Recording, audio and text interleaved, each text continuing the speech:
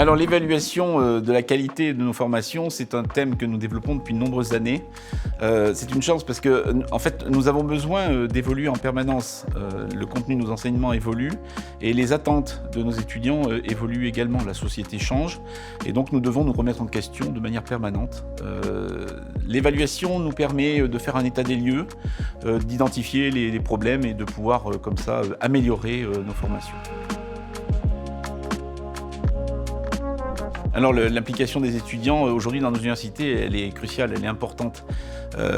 Nos programmes évoluent, nous devons sans cesse réfléchir justement à cette évolution et la société change, donc nous devons aussi répondre à des besoins sociétaux. Mais nous avons besoin des utilisateurs, des étudiants, parce qu'eux-mêmes évoluent d'un point de vue sociologique. Les étudiants d'aujourd'hui ne sont pas ceux d'hier.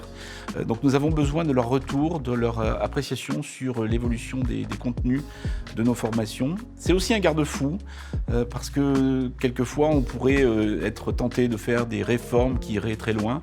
Il faut qu'il y ait une acceptabilité de ces réformes par les étudiants. Et donc les étudiants nous renvoient un petit peu les domaines sur lesquels nous pouvons effectivement innover, être très innovants, mais aussi les domaines sur lesquels il faut faire un petit peu plus attention. Donc nous avons besoin de la parole de l'étudiant dans le cadre de ces évaluations.